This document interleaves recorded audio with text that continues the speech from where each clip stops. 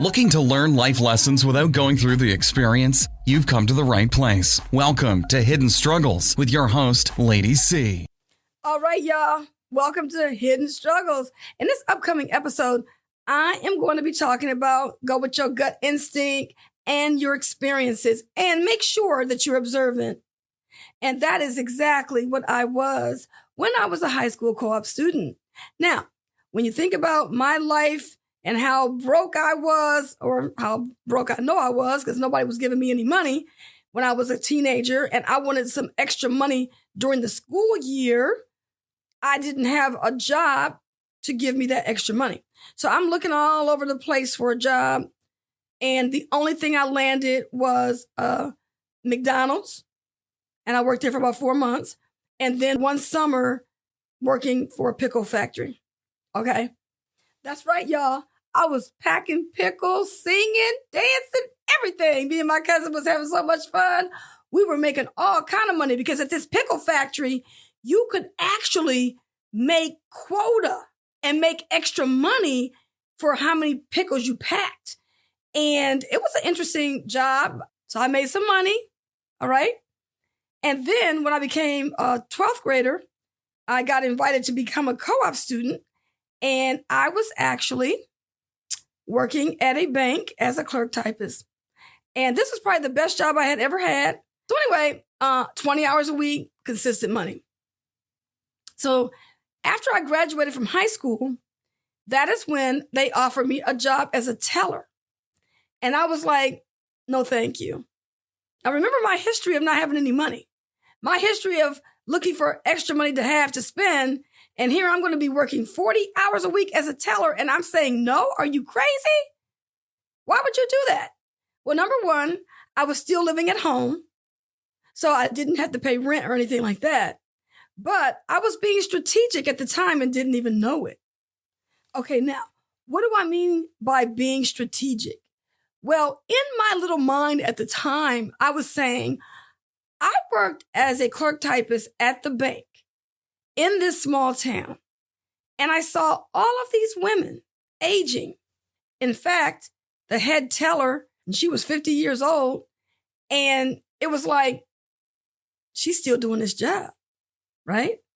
And so as this clerk typist looking at these women working these jobs, aging, I'm thinking to myself, I do not want to be doing this.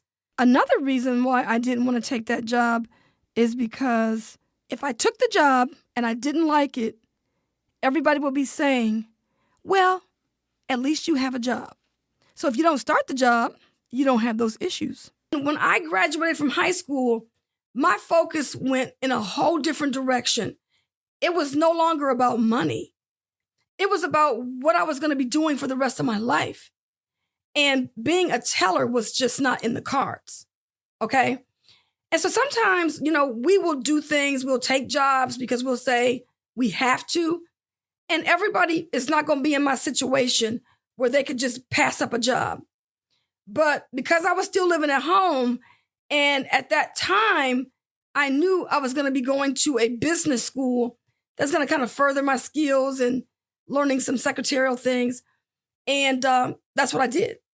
So after I graduated, they were able to place me in my first full-time job, and it was in the finance department. And so that wasn't a bad deal. And so, can you imagine me being this teller, and I'm not learning anything? Because, when I took this job that they placed me in, I immediately had a lot of different responsibilities. It wasn't just sitting there cashing somebody's check, giving money back and things like that. I was actually doing a whole lot more things that would, take me to higher levels in a career, which eventually led me to a job at a large accounting firm. So it didn't make a difference where I was at. I was able to do that. During the time I was coming along, you could still make pretty decent money as a secretary and just have a high school diploma. And so I did pretty good for myself, So I'm just kind of like sharing this information with you, letting you know that when you go out here and start looking for a job and you choose certain career paths, you can get pigeonholed in these career paths. And one of the things that I realized years later too is that when I was working for that accounting firm and I got tired of working with a bunch of CPAs and I went to go try to work in the law office, they would not even consider me because they said, you're working with these accounting firm.